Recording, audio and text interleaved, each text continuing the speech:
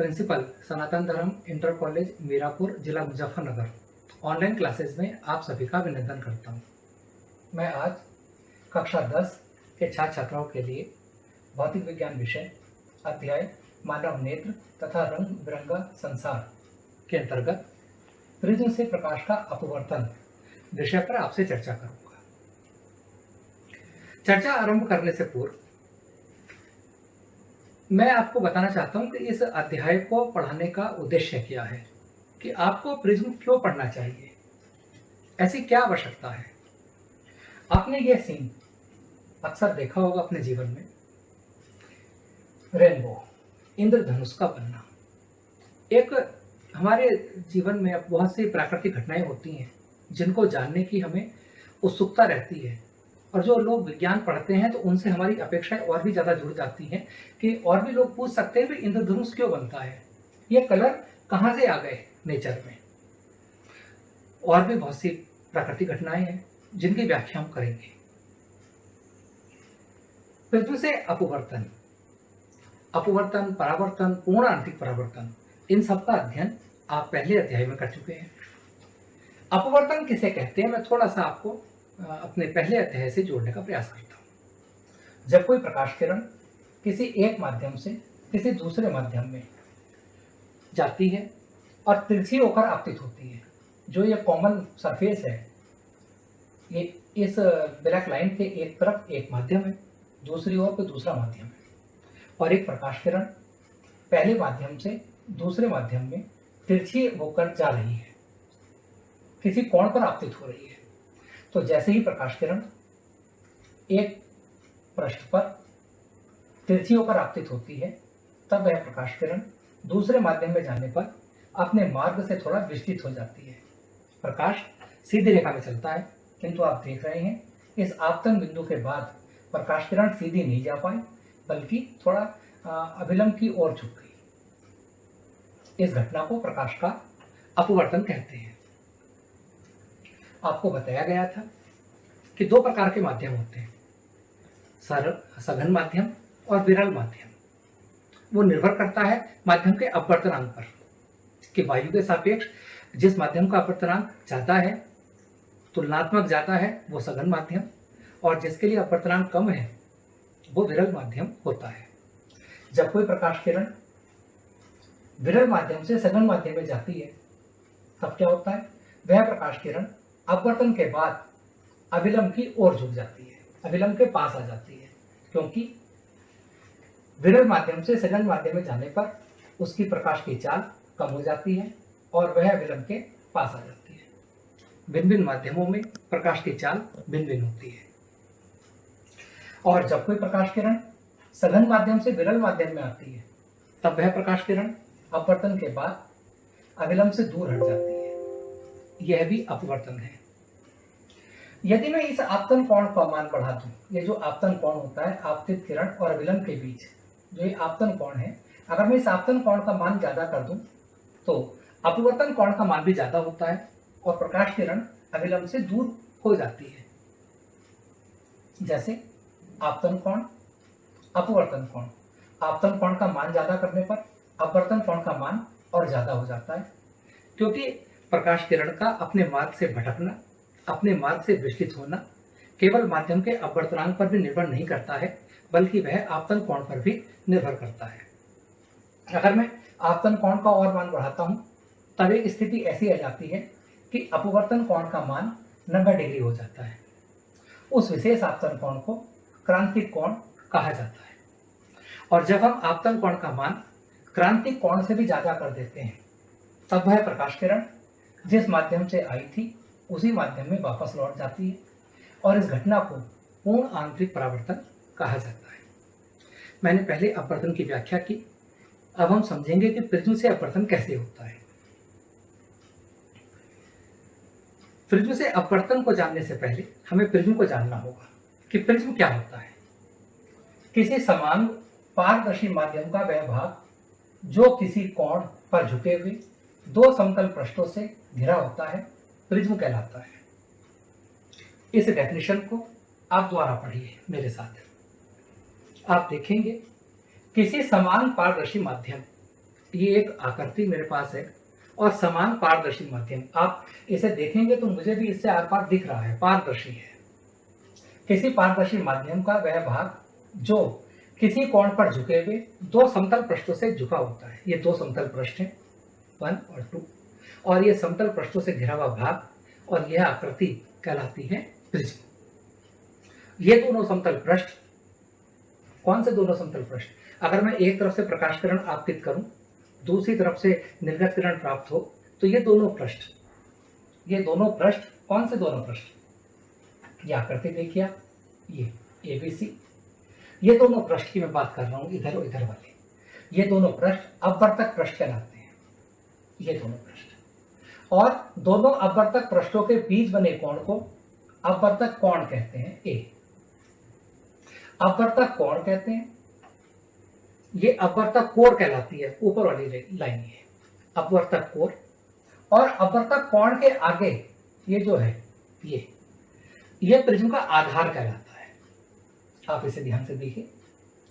अपवर्तक पृष्ठ, प्रिज्म के जिन समतल पृष्ठों से प्रकाश का अपवर्तन होता है वे अपवर्तक पृष्ठ कहलाते हैं। ये दोनों अपवर्तक पृष्ठ हैं क्योंकि इनसे अपवर्तन होगा।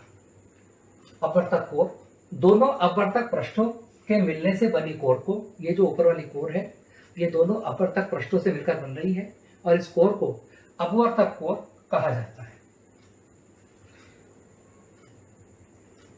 प्रिज्म कोण, प्रिज्म के अपवर्तक पृष्ठों के बीच बने कोण को प्रिज्म कोण कहते हैं। ये प्रिज्म कोण है, दोनों अपवर्तक पृष्ठों के बीच जो कोण बनता है उसे हम प्रिज्म कोण कहते हैं। प्रिज्म के अपवर्तक कोर के सामने वाले पृष्ठ को, अपवर्तक कोर के सामने वाले पृष्ठ को प्रिज्म का आधार कहते हैं।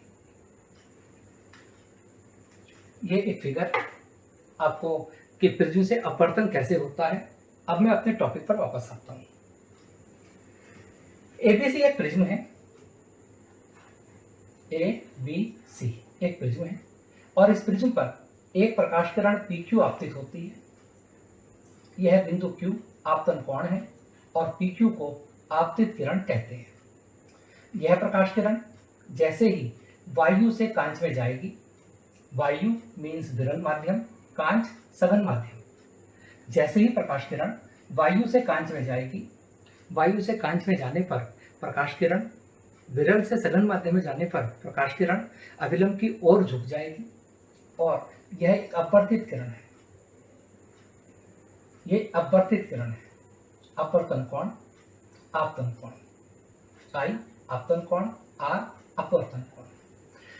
यह प्रकाश किरण बिंदु R पर पुनः आपतित होती है और अब यह प्रकाश किरण पुनः अपवर्तित होगी और इस बार यह प्रकाश किरण कांच से वायु में आएगी।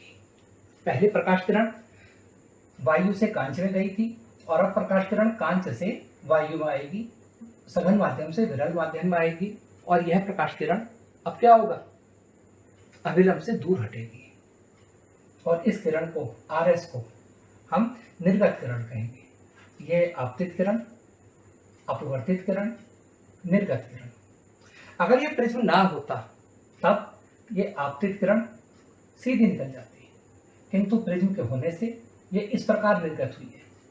आपतित किरण और निर्गत किरण के बीच जो कोण बनता है उसे विचलन कोण कहा जाता है। आपतित किरण और निर्गत किरण के बीच जो कोण बना उसे हमने विचलन कोण कहा। यदि प्रिज्म पर आपतित किरण के लिए आपतन कोण का मान हम बढ़ा दें तब विचलन कोण का मान घटेगा। आपतन कोण का मान जितना ज्यादा होगा, आपतन कोण का मान जितना ज्यादा होगा, विचलन कोण का मान उतना ही कम होगा। और एक विशेष आपतन कोण के लिए विचलन कोण का मान न्यूनतम हो जाता है। इस विशेष आपतन कोण को या कम से कम विचलन कोण को हम न्यूनतम या अल्पतम विचलन कोण कहते हैं। इसे डेल्टा से व्यक्त करते हैं। इसे कैपिटल D से भी व्यक्त किसी किसी किताब में किया गया है। यदि प्रिज्म के पदार्थ का वायु के सापेक्ष अपवर्तनांक म्यू है तब प्रिज्म के वायु के सापेक्ष प्रिज्म के पदार्थ के अपवर्तनांक म्यू, प्रिज्म के कोण A, अल्पतम विचलन कोण डेल्टा m में निम्न संबंध होता है। प्रिज्म का अपवर्तनांक म्यू बराबर sine A plus delta M upon 2 upon sine A upon 2।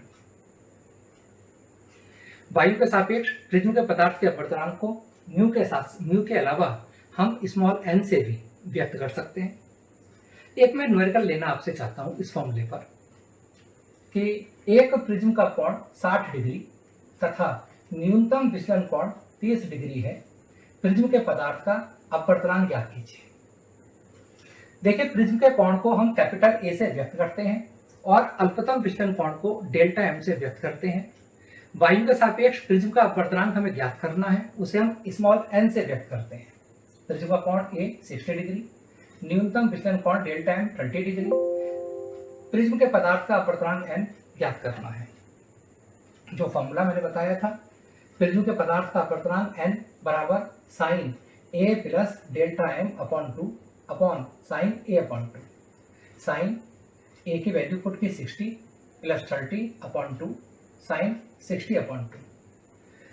60 plus 30 90 upon 2 45, 60 upon 2 30, sine 45 1 upon root 2, sine 30 1 upon 2, नीचे से उल्टा गुणा कर दिया और रूट 2 आया 1.41। इस प्रकार वायु के सापेक्ष प्रिज्म के पदार्थ का अपवर्तनांक 1.41 है। प्रिज्म की एक खास बात होती है, आप लैब में अपने या प्रिज्म मार्केट से उपलब्ध हो जाएगा, उस प्रिज्म पर आप सूर्य के प्रकाश को आपतित कीजिए। आप पाएंगे कि जैसे ही प्रिज्म पर हम श्वेत प्रकाश आपतित करते हैं, वह श्वेत प्रकाश प्रिज्म से गुजरने के बाद अभिलंब की ओर झुक जाता है, आधार की ओर झुक जाता है और आधार की ओर झुकने के साथ साथ वो 7 रंगों की किरणों में विभक्त हो जाता है। इस घटना को वर्ण विक्षेपण कहा जाता है। वर्ण विक्षेपण किसे कहते हैं कि जब हम किसी प्रिज्म पर श्वेत प्रकाश आपतित करते हैं, तब वह श्वेत प्रकाश प्रिज्म से गुजरने के बाद 7 रंगों की किरणों में विभक्त हो जाता है और इस घटना को वर्ण विक्षेपण कहा जाता है। इस फिगर को आप थोड़ा ध्यान से देखिए। श्वेत प्रकाश एक प्रिज्म पर व्हाइट लाइट हमने आपतित की, ये 7 रंगों की किरणों में विभक्त हो गया और एक विशेष प्रकार का क्रम बन गया। जितनी बार भी आप किसी प्रिज्म पर श्वेत प्रकाश आपतित करेंगे, हर बार इसी क्रम में प्रकाश किरणें प्राप्त होंगी, कभी ये क्रम बदलेगा नहीं। सबसे नीचे violet colour, indigo, blue, green, yellow, orange, red, VIBGYOR के ऑर्डर में ये क्रम रहता है। हम देखते हैं कि सबसे ज्यादा विचलन बैंगनी प्रकाश के लिए होता है, सबसे कम विचलन लाल प्रकाश किरण में होता है और औसत विचलन पीले प्रकाश किरण के लिए देखा जाता है। इसका क्या कारण है? ऐसा होता क्यों है? अपवर्तन का कारण क्या था? अपवर्तन का कारण था कि भिन्न भिन्न माध्यमों में प्रकाश की चाल भिन्न भिन्न होती है। भिन्न भिन्न माध्यमों के अपवर्तनांक वायु के सापेक्ष भिन्न भिन्न होते हैं। किसी माध्यम का अपवर्तनांक ज्यादा होता है, किसी माध्यम का अपवर्तनांक कम होता है। इसी प्रकार किसी कलर के लिए भी माध्यम के अपवर्तनांक प्रिज्म के पदार्थ के अपवर्तनांक अलग अलग होंगे। लाल प्रकाश के लिए प्रिज्म के पदार्थ का अपवर्तनांक अलग होगा, नीले प्रकाश के लिए अलग होगा, बैंगनी प्रकाश के लिए अलग होगा और पीले प्रकाश के लिए अलग होगा। दृश्य प्रकाश के स्पेक्ट्रम में मुख्य रूप से 7 रंग ही दिखाई देते हैं। ये रंग एक विशेष प्रकार के क्रम में होते हैं। विबजियोर, मैंने आपको बताया था, V violet, indigo, blue, green, yellow, orange, red. सबसे नीचे वायलेट कलर होगा और सबसे ऊपर रेड कलर होता है। प्रिज्म के एक अपवर्तक पृष्ठ पर जब हम श्वेत प्रकाश किरण को आपतित करते हैं, तब दूसरी ओर 7 रंगों की एक पट्टी प्राप्त होती है। इस पट्टी को स्पेक्ट्रम कहा जाता है और इस पट्टी को हम वर्णक्रम भी कहते हैं। कांच के प्रिज्म द्वारा श्वेत प्रकाश का विक्षेपण। जब श्वेत प्रकाश किरण को किसी पारदर्शी प्रिज्म में से गुजारा जाता है, तब वह प्रकाश किरण अपने मार्ग से विचलित होकर प्रिज्म के आधार की ओर झुक जाती है, अर्थात उस प्रकाश किरण का अपवर्तन हो जाता है। झुकने के साथ साथ वह श्वेत प्रकाश किरण 7 विभिन्न रंगों की किरणों में भी विभक्त हो जाती है। इस घटना को वर्ण विक्षेपण कहते हैं। जब श्वेत प्रकाश किरण प्रिज्म से गुजरती है, तब श्वेत प्रकाश में उपस्थित विभिन्न रंगों की किरणों में प्रिज्म द्वारा उत्पन्न विचलन भिन्न भिन्न होता है, जैसा कि आपने देखा था। सबसे अधिक विचलन बैंगनी प्रकाश की किरण में होता है और सबसे कम विचलन लाल प्रकाश की किरण में होता है। आपने देखा यह श्वेत प्रकाश मैंने आपतित किया प्रिज्म पर, सबसे नीचे बैंगनी प्रकाश, तो बैंगनी प्रकाश में विचलन सबसे ज्यादा, सबसे कम विचलन लाल प्रकाश में और माध्य विचलन पीले प्रकाश के लिए माना जाता है। बड़ विक्षेपण का कारण, जो कि आंशिक रूप से मैंने आपको बताया, प्रकाश किरण विभिन्न माध्यमों में अलग अलग चाल से चलती है। प्रकाश की चाल निर्वात में सबसे अधिक होती है। जैसे जैसे माध्यम का अपवर्तनांक बढ़ता जाता है, प्रकाश किरण की चाल घटती जाती है। एक फॉर्मूला होता है V=C/n। n का मान जितना ज्यादा होगा, माध्यम में प्रकाश की चाल उतनी ही कम होगी। जब प्रकाश किरण एक माध्यम से दूसरे माध्यम में प्रवेश करती है, तब गति परिवर्तन के कारण किरण एक कोण पर झुक जाती है। किसी भी पारदर्शी माध्यम का अपवर्तनांक प्रकाश के रंग पर निर्भर करता है। जिस माध्यम के लिए अपवर्तनांक अधिक होता है, उस रंग के प्रकाश के लिए विचलन भी अधिक होता है। प्रिज्म के पदार्थ का अपवर्तनांक बैंगनी प्रकाश के लिए सबसे अधिक होता है और विचलन भी बैंगनी प्रकाश के लिए ही सबसे अधिक होगा। और लाल प्रकाश के लिए प्रिज्म के माध्यम का अपवर्तनांक सबसे कम होता है और इसी कारण लाल प्रकाश के लिए विचलन भी कम होता है। एक वर्षों तक एक विवाद रहा। यह माना जाता था पहले कि प्रिज्म में ही प्रिज्म कलर पैदा करता है, कि जब से हम श्वेत प्रकाश इस पर प्रिज्म पर आपतित करते हैं तो प्रिज्म के अंदर से ही कलर निकलते हैं। ऐसा माना जाता था कि जैसे आपने देखा कि लाल प्रकाश, बैंगनी प्रकाश ये निकल गए, तो जैसे कि ये सब प्रिज्म के अंदर छुप रहे हों। प्रिज्म के अंदर ही थे लालचंद, बैंगनी प्रसाद, पीला राम, ये सब प्रिज्म के अंदर थे।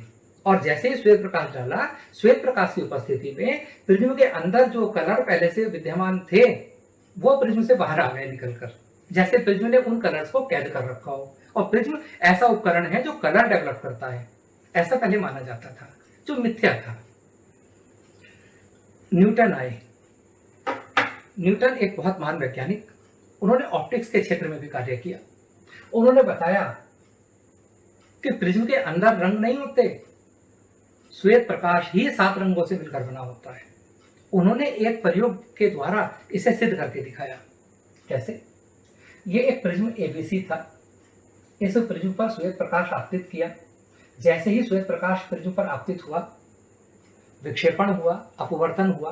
अपवर्तन के कारण वो प्रकाश किरणें प्रिज्म में आधार की ओर झुक गई और विक्षेपण के कारण वो प्रकाश किरण, श्वेत प्रकाश किरण 7 रंगों की किरणों में बट गई। ये 7 रंगों की किरणें, जो कि 2 दिखाई गई हैं, इनके बीच में 5 किरणें और हैं। ये 7 रंगों की किरणें पर्दे पर उसने नहीं ली, बल्कि पर्दे की जगह एक दूसरा प्रिज्म रख दिया और वह प्रिज्म उल्टा करके रख दिया। ये देखिए आप, पहला प्रिज्म P1 और दूसरा प्रिज्म P2, उसे उल्टा करके रख दिया। जैसे ही वो 7 रंग की किरणें दूसरे प्रिज्म पर आपतित हुई, तो दूसरे प्रिज्म से निकलने के बाद फिर से श्वेत प्रकाश में कन्वर्ट हो गई। इस प्रयोग से सिद्ध हुआ कि 7 रंगों की किरणें, 7 रंग की सभी किरणें श्वेत प्रकाश से निकली थी, किसी प्रिज्म में कैद नहीं थी। अगर वो प्रिज्म में कैद होती तो प्रिज्म में ऐसे रखते या उल्टा रख दे।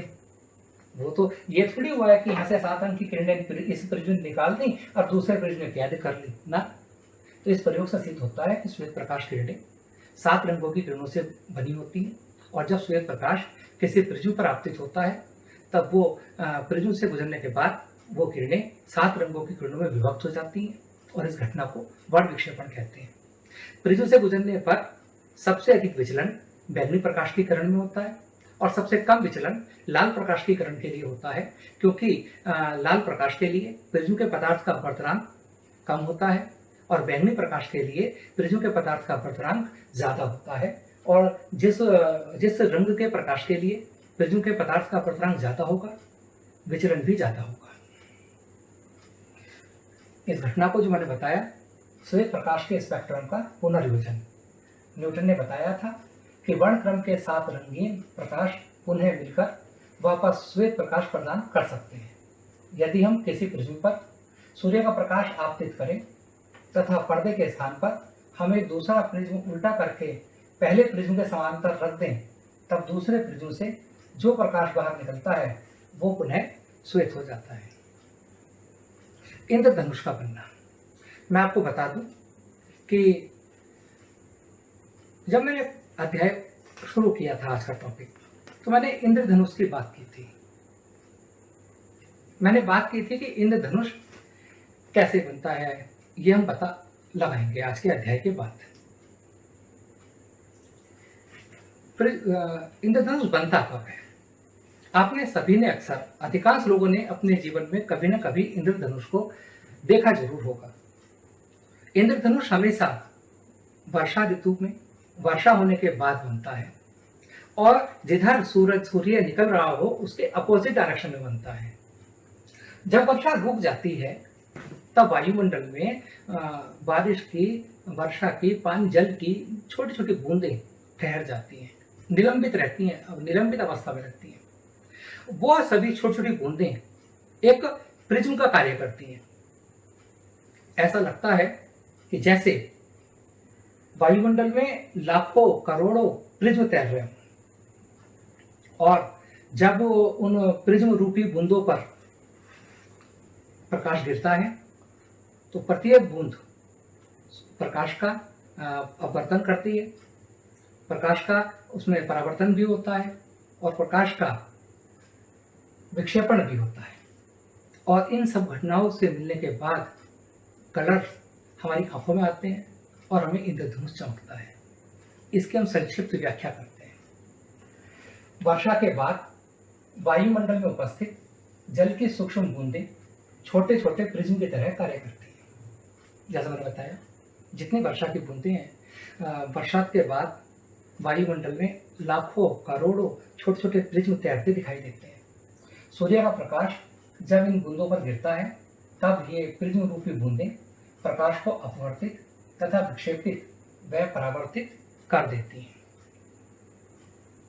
प्रकाश के परिक्षेपण व आंतरिक परावर्तन के कारण विभिन्न रंग देखने वाले व्यक्ति की आंखों तक जाते हैं, जिसको हम इंद्रधनुष का नाम देते हैं। इंद्रधनुष को अगर आपने नहीं देखा तो आप अपने घर पर साबुन के थोड़े बुलबुले, छोटे छोटे बुलबुले बनाइए, उन बुलबुलों को सूर्य के प्रकाश में उड़ाइए, उनको ध्यान से देखिए, आपको उनमें भी विभिन्न प्रकार के कलर दिखाई देंगे। यह एक वर्षा की बूंद है और इस वर्षा की बूंद पर मैं एक बूंद की बात करता हूं।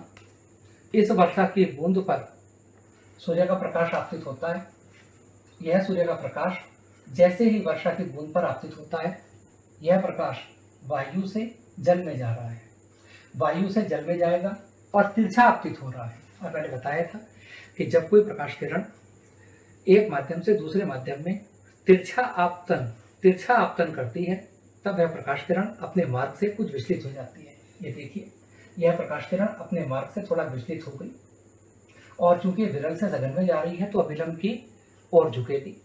यह प्रकाश किरण बूंद के दूसरे पृष्ठ पर जाकर गिरती है। परावर्तन होता है, पूर्ण आंतरिक परावर्तन भी हो जाता है। और पूर्ण आंतरिक परावर्तन जब होता है जब आपतन कोण का मान क्रांतिक कोण से ज्यादा हो जाता है। पूर्ण आंतरिक परावर्तन हुआ क्योंकि बूंद एक प्रिज्म की तरह कार्य करती है, तो इस प्रिज्म रूपी बूंद ने इस प्रकाश का विक्षेपण कर दिया, 7 रंगों की किरणों में विभक्त हो गई और ये प्रकाश किरणें पुनः एक बार अपवर्तन होता है। अपवर्तन हुआ, परावर्तन हुआ, विक्षेपण हुआ, पहले अपवर्तन, विक्षेपण, परावर्तन और पुनः अपवर्तन हुआ और वो प्रकाश किरणें बाहर आती है। नीचे बैंगनी प्रकाश, ऊपर लाल प्रकाश। यह केवल एक बूंद की कहानी हुई। ये देखिए आप, व्हाइट लाइट सूर्य से आई, डिफ्रैक्शन, अपवर्तन, डिस्पर्सन, विक्षेपण, टोटल इंटरनल रिफ्रैक्शन, पूर्ण आंतरिक परावर्तन, फिर रिफ्रैक्शन होता है, प्रकाश किरणें बाहर आती है। एक बहुत इंपॉर्टेंट क्वेश्चन आता है कि कौन से क्रम के अनुसार एक बूंद से कलर्स बाहर आते हैं। तो मैं बता दूं, अपवर्तन, विक्षेपण, पूर्ण आंतरिक परावर्तन, फिर अपवर्तन, फिर किरणें बाहर आएंगी।